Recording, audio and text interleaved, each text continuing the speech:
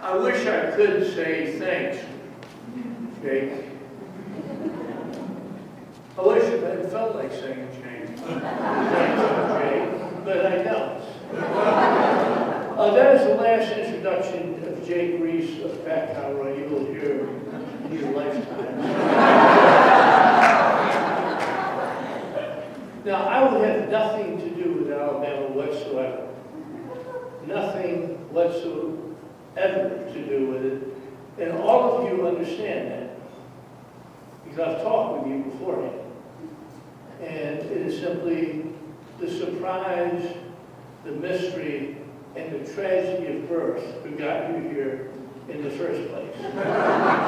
With some of you, there was a very, very bad taste of marriage that got you here. Now with me, I got here with my beloved 8th or 9th wife. What are you saying? 9th. And when I married Sandra, fell in love with Sandra, she claimed to me she had never been married, never been divorced, never had children. And the day after we were married in Charleston, South Carolina, 3 sorry tattooed boys from the University of Alabama showed up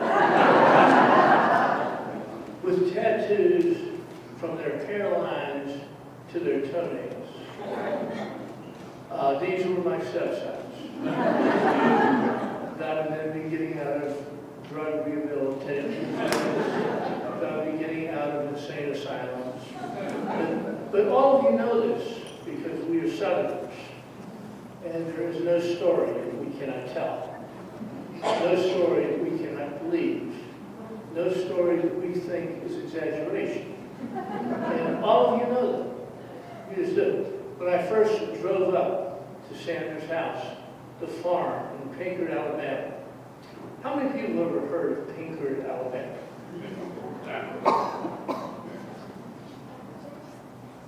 Like that, your hometown must be having a reunion.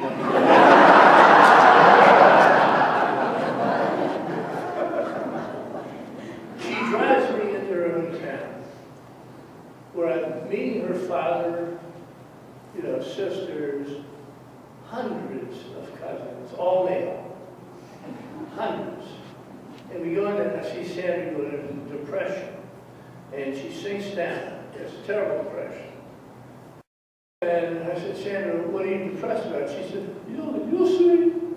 Well, I look up as we're crossing the cotton fields, and I see a miasma of about 50 huge dogs racing down to intercept us. That will not, except if you live in Middlebrook, this will not be an unusual situation in an Alabama household. So the dogs, huge, they come up to the car, they leap on my car, and they put their eyes, and they're big dogs, they put their eyes and they look at me and they don't recognize me. So the barking goes, so I said, what do I do, Sandra? And she said, just drive on the farm. 50 dogs take me to the farm. I get out of the farm. I go back to get the bags. I have the noses of huge farm dogs under my armpits, in my genitalia, everywhere. One of them draped himself over my back. Her father comes swinging out with a broom, whomping dogs all over the place with his thing. This is my engine. I would never have married Sandra had I ever visited her farm.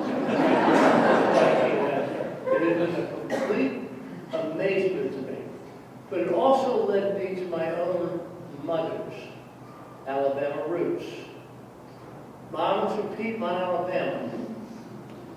born in 1924, and joining the Ku Klux Klan for my mother's family was in some other Alabama families the equivalence of joining the Junior League.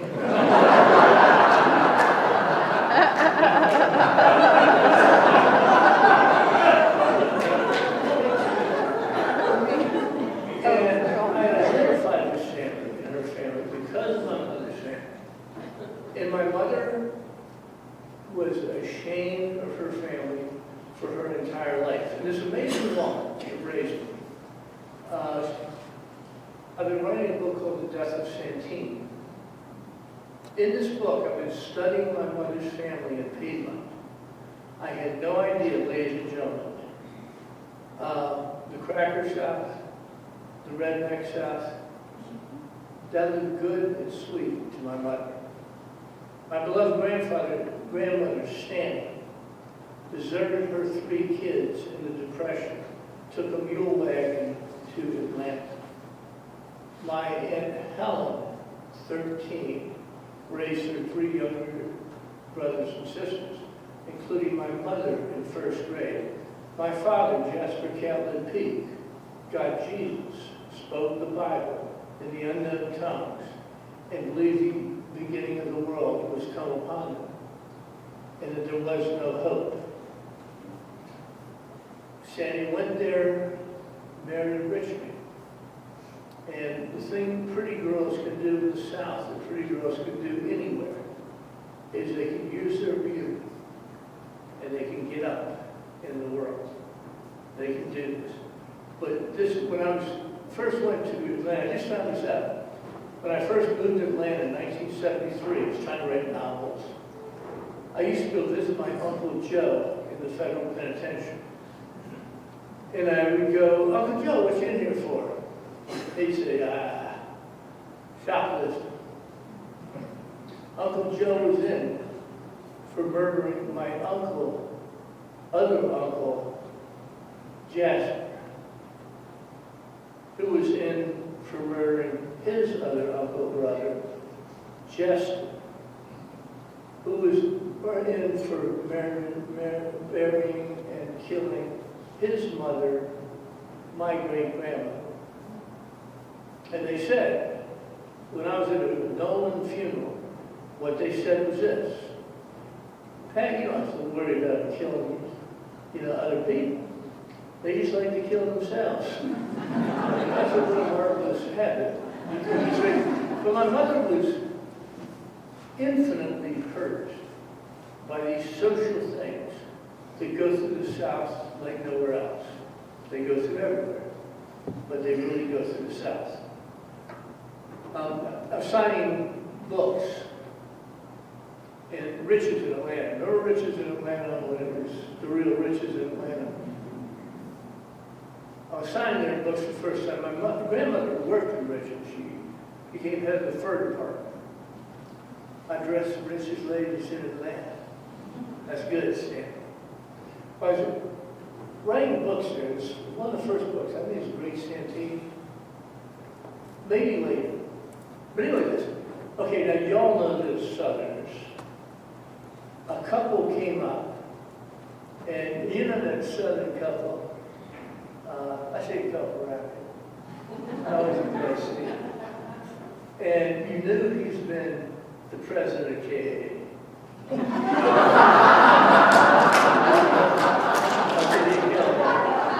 And his wife comes up, and she looks like a palomino. And she's been the president of Trident. So they had a merger. They had people that bred horses to get them together. It made them in barns in South Georgia, however that happened. So they come up and they look great. And they're picking up one of my books. And one of the guys, the head of KA, said, and this guy was flannel and silk. Some of you guys, hey, when you are in nice. I like to watch you walk around.